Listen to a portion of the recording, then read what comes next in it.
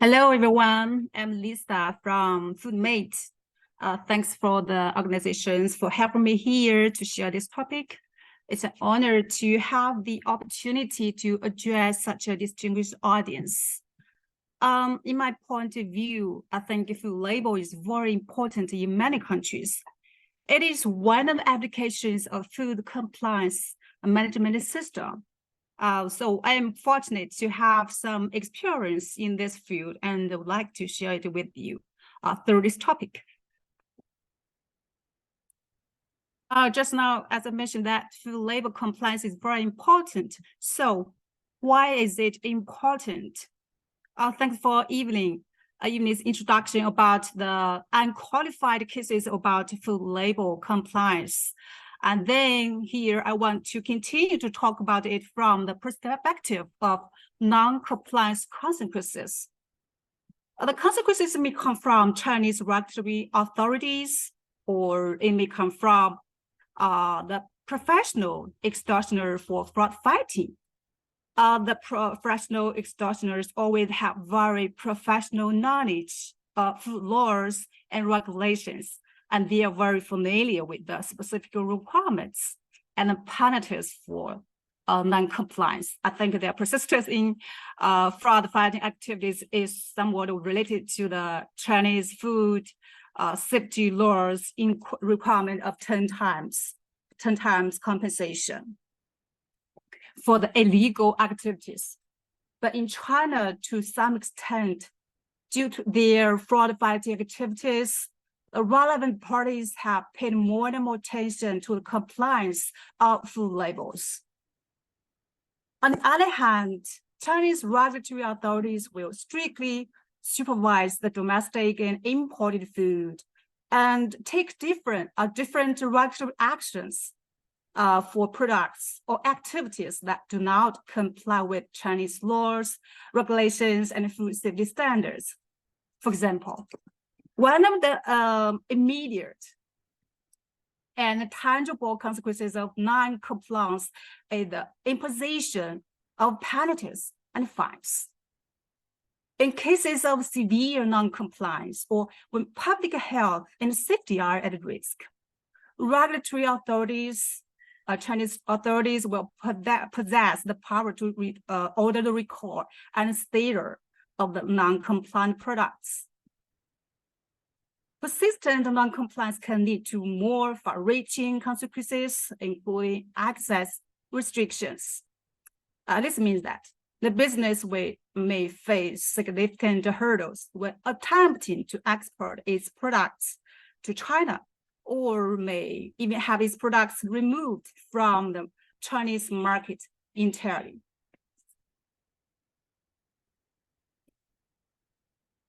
Therefore, based on the consequences of label non-compliance, I will share with you the topic, my topic about the basic laws, regulations, and standards for label compliance in China and how to label it correctly. I would introduce my point of view in these three parts. First, I will introduce the legal framework and main standards of food labeling based on the basic levels of Chinese laws and regulations. China's laws and regulations can be roughly classified into four levels: the laws, regulations, rules, and normative documents. Just like this is illustrated here, showed here, the files at the lower level often support the files at the upper level and generally focus more on specific affairs or specific operations, thus forming a pyramid system. So in terms of food labeling, the same system applies. For example, at the legal level, we have the food safety law, which stipulates that prepared foods need to be labeled with food information, and penalties are also formulated for violations. At the regulations level, there implementation regulations of the food safety law and the local food safety regulation as well. At the rule level, many departments have also issued some rules related to labeling, food labeling, such as a GCC decree number 248 and number 249. Some of which labeling requirements for imported foods are clearly stipulated. Of course, there are also a large number of notices, decisions, mirrors, replies issued by many local governments or the ministry departments, which will stipulate certain types of products or specific labeling items. All these laws, regulations, rules, and normative documents constitute the Chinese basic management requirements for food labeling.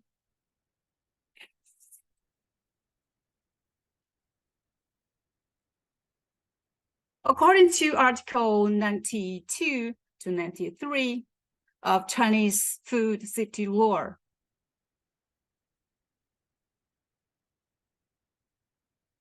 the imported foods shall comply with Chinese national food safety standards. If there is no Chinese national food standards, the overseas manufacturers or the exporters or the agents should hand in the product standard. That means the international standard or the standard in the original country to the Chinese National Health Commission in China to review. But up to now, as I know, however, during these decades, there are only 2 products that have been reviewed and approved to import to China without Chinese food safety standards by NHC. So as a result, it is not necessary to import food without a Chinese national food safety standards.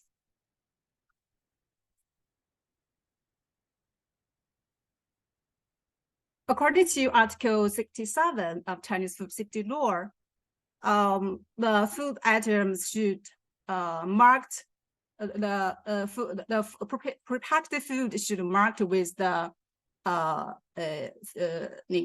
labeling information. For example, the product name, net content, the date marking, shelf life, for example, shelf life and storage conditions, and so on. However, there are no detailed provisions on how to label such food information on the prepackaged food, and which foods can be exempt from labeling. There is no detailed information in Chinese food safety laws. So, but the last paragraph of this article clearly stipulates that if national food safety standards have other provisions on labeling matters, those provisions shall apply. That's to say, maybe you can refer to some GB standard. So the GB 7718, I think is you are all very familiar with this standard. But GB 7718 is just the most representative one, but not is the only one. There is another standard that is equally important as GB 7780. It is GB 28050. So you may want to design a nutrition label for a product. You will have to refer to the detailed rules in GB 28050. And in addition, there are some specific labeling standards for the products. Here up to now, there are 2 standards in this field.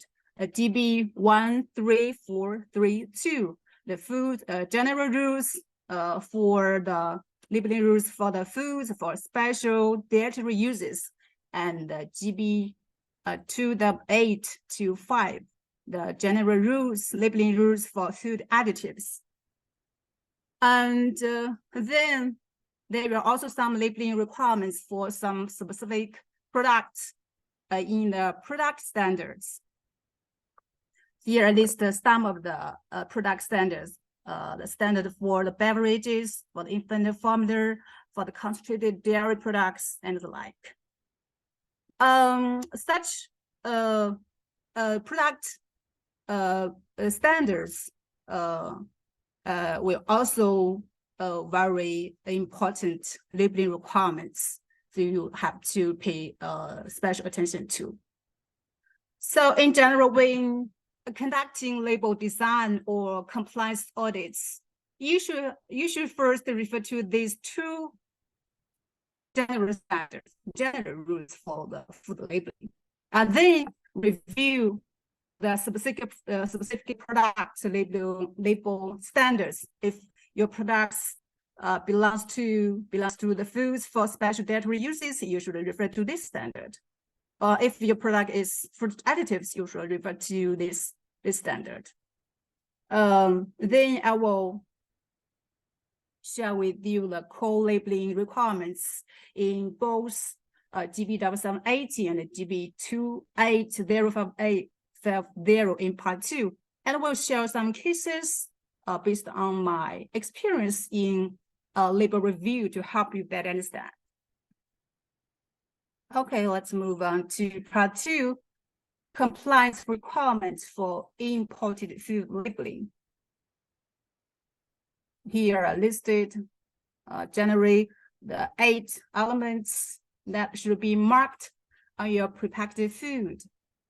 If you have product artwork or packaging with label information around you, then you can check to see if such elements are listed here are covered for your products. Whether you have your product name, the list of ingredients, the net content, and the packaging specifications, the contact information of the business. If your product is imported food, then you should also check if you have country of origin on your products, and the date marking, a storage condition, the nutrition label, and the overseas manufacturer registration number. What such 8 elements are marked on your products? Then I will review all of these 8 elements one by one for detailed information. The first one is about the product name. According to section 4.1.2 of GB 7780, the product name shall be presented in a prominent place of the label. This panel usually considered as the principal display panel. It's the principal display panel. You can see it refers to the panel that the consumers can directly see the information, the information about the product. The product name should be clearly indicate the true nature of the food. And the specific foods need to be labeled with specific names, and the font size must not be smaller than other text on the same display panel. Here's an example.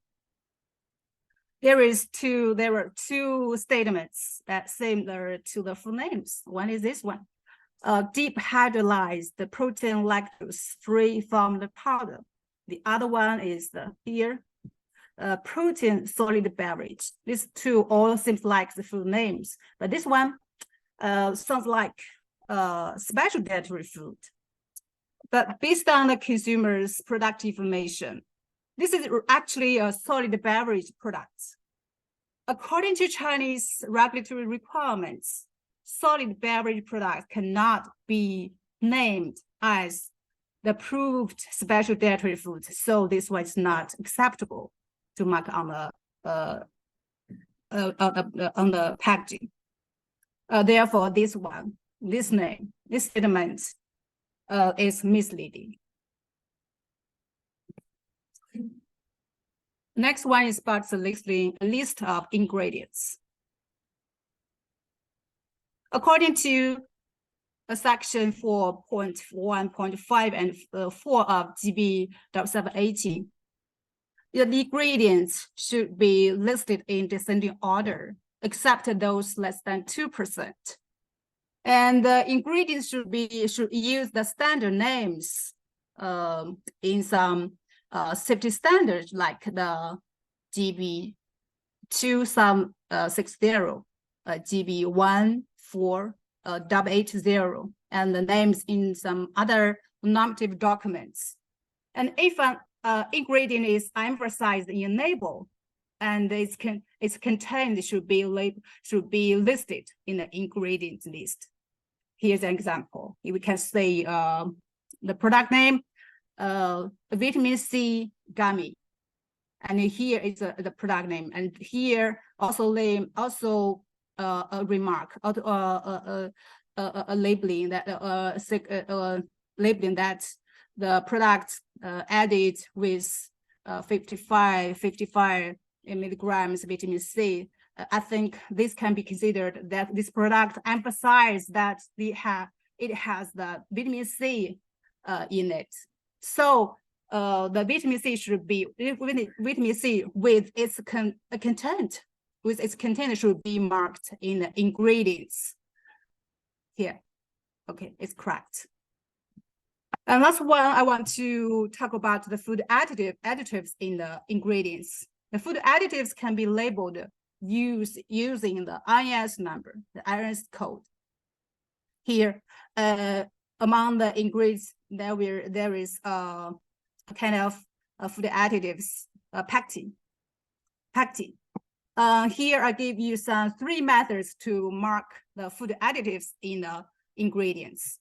Firstly, you can directly use the pectin, 果浆 in Chinese, into the ingredients. And there is also another 2 ways to mark them.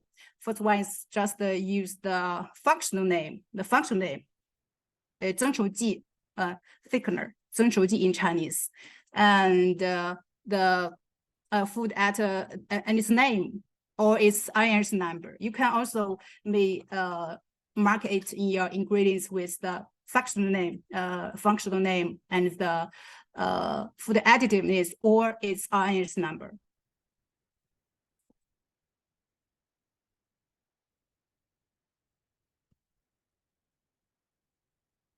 This one is about the net content and the specifications. According to 4.1.5 of GB 780, first one, you should make sure that your net content or specifications meet the requirements for the minimum height. It depends on the range of net content value. Here is the requirements for each situations. And second, you should the net content and specifications should be present in the principal display panel. As I mentioned previously about the full name. The full name should be marked on the display, the principal display panel. Yes, it's the same rule for the net content and specifications. You can see here is the product name, and here is the net content. It's correct. And that's one for the combined packaging products. Let's say for food packaging, food containing small units of prepackaged food, in addition to the declaration of net content, the package specification should also be declared on all the package, except for those the inner pack does not be sold as individual units. For example, the base of candies, packed cookies. Here's an example. A product with a total net content of 200 grams contains 5 packages of the same individually packaged product, and each package is 40 grams. Then you can mark its specifications like this one or this one, for methods. If it is other situation, you can refer to the Appendix C of GB 780 for the more details. Next one is about the contact information, how to mark the contact information of the business. And for the imported foods, you should make sure that you have marked a country of origin. So how to mark this? According to 4.1.6 of GB 780, the contact information of business should be the information of importer, distributor, or representative or agent in China.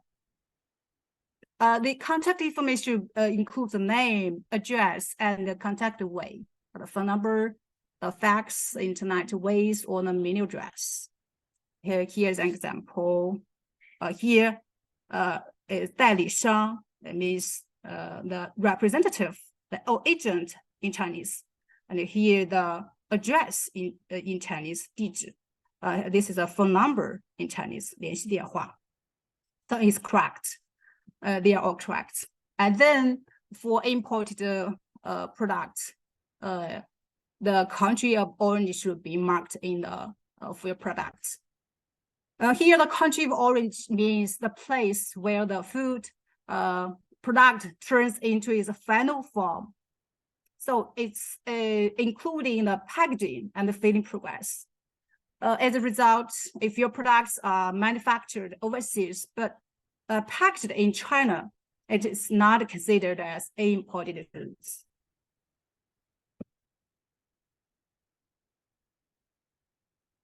Then let's talk about the date marking and the storage condition.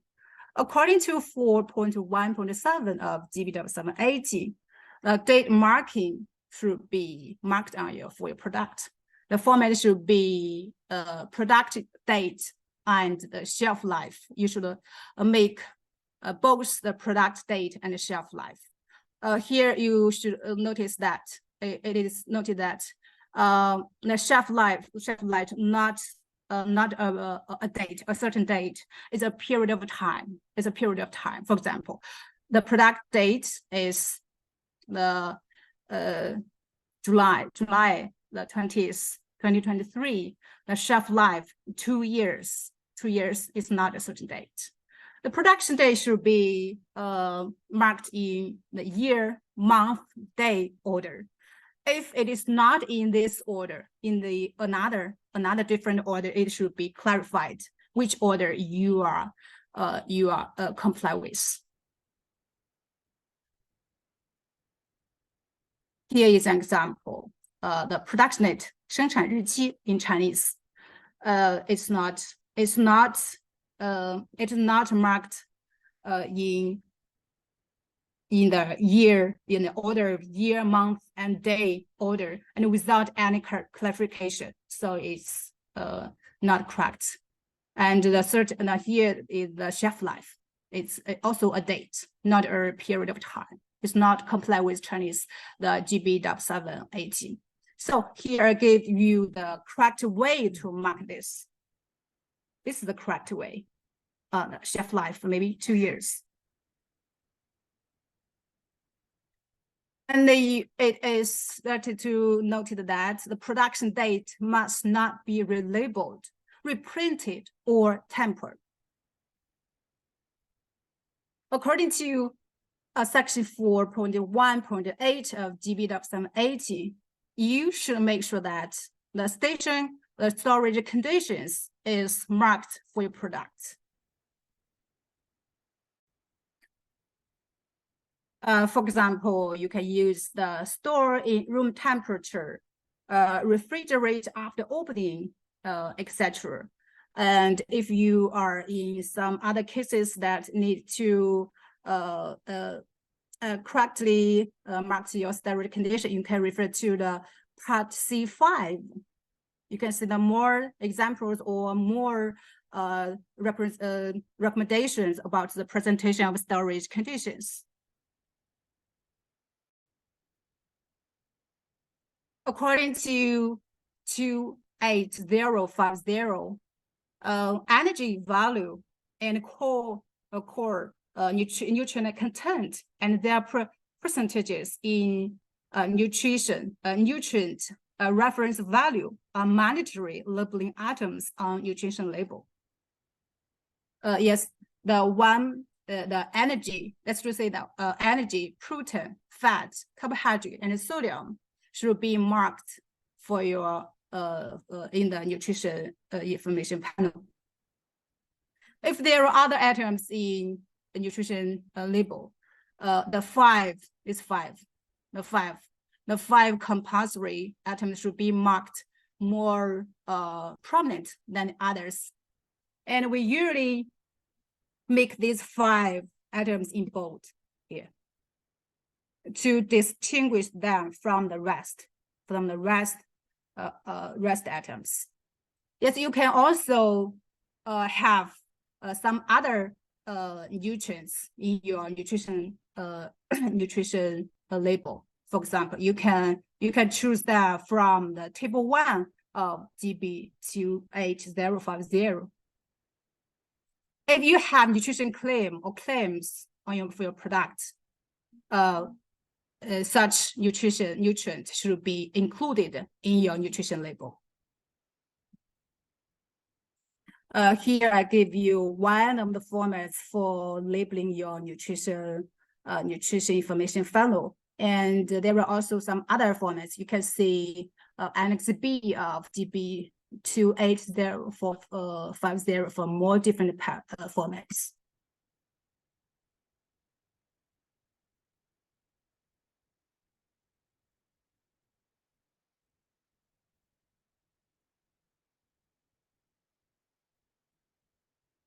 Additionally, I would like to clarify that not all the prepackaged foods need to mark the nutrition label. There are also some other foods that are exempt from the nutrition label. Here, I give you the list, that's the exemption list, including fresh food, including some raw fish, raw vegetables and fruits, some total prepared food with total service area not greater than 100 square centimeters, some non-prepackaged food sold on site, etc. So, however, even in the exemption list, you can also label your products with nutrition information. Once you choose to label the nutrition information, you should follow the rules in GB 28050. Last one compulsory items should be marked for your product, marked on your for your product. It's the overseas manufacturer registration number. According to Article 15 of GCC Decree number 248, overseas food manufacturer need to get a registration number before you could export your food products to China. This number should be marked in both the inner packaging and the outer packaging of the foods. Here, the inner packaging refers to means a sales unit containing individual packaging that can be sold separately. And outer packaging means the transport packaging. Here I give you the link to link of the GCC website to search your overseas manufacturer registration number. We also call it the GCC registration number or the Chinese registration number in China. So you can mark this number in your packaging with the overseas manufacturer registration number in China, or the Chinese registration number, or the GCC registration number, or some other similar expressions as the get word, and then mark the code, mark the number. The number always have 18 digits.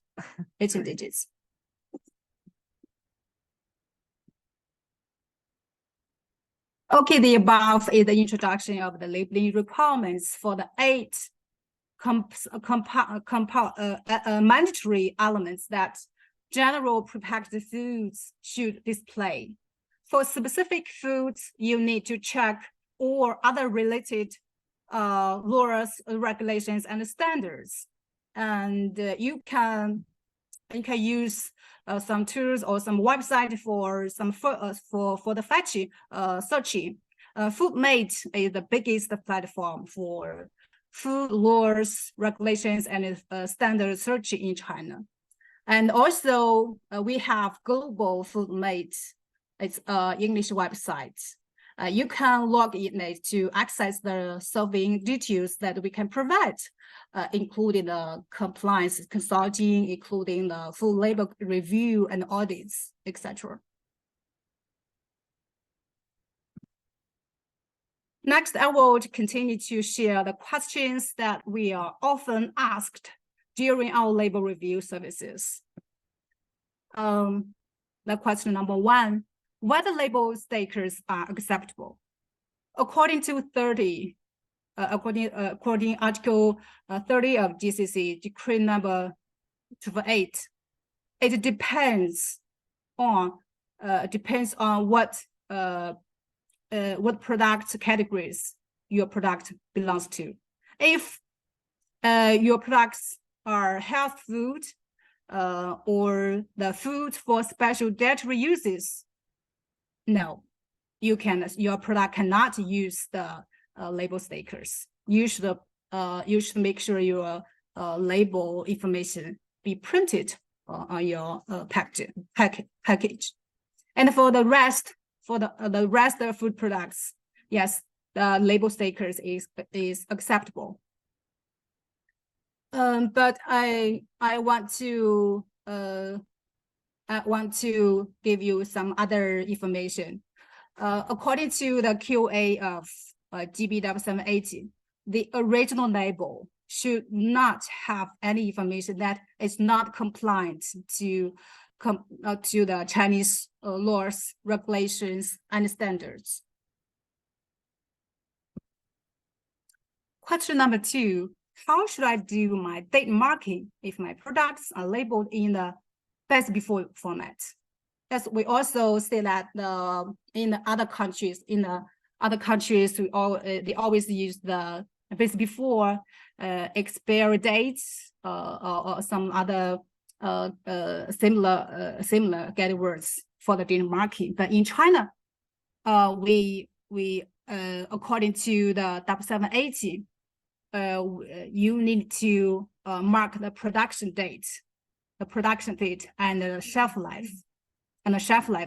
For your product. And the production date must not be relabeled, reprinted, or tampered. However, if the original label is having the best before date, the companies are allowed to print the production date and the shelf life on Chinese label. This is not considered as reprinted or relabeled. For example, here, the best before here listed the best before dates. And we can, if the production date is this date, so the shelf life is 1 year.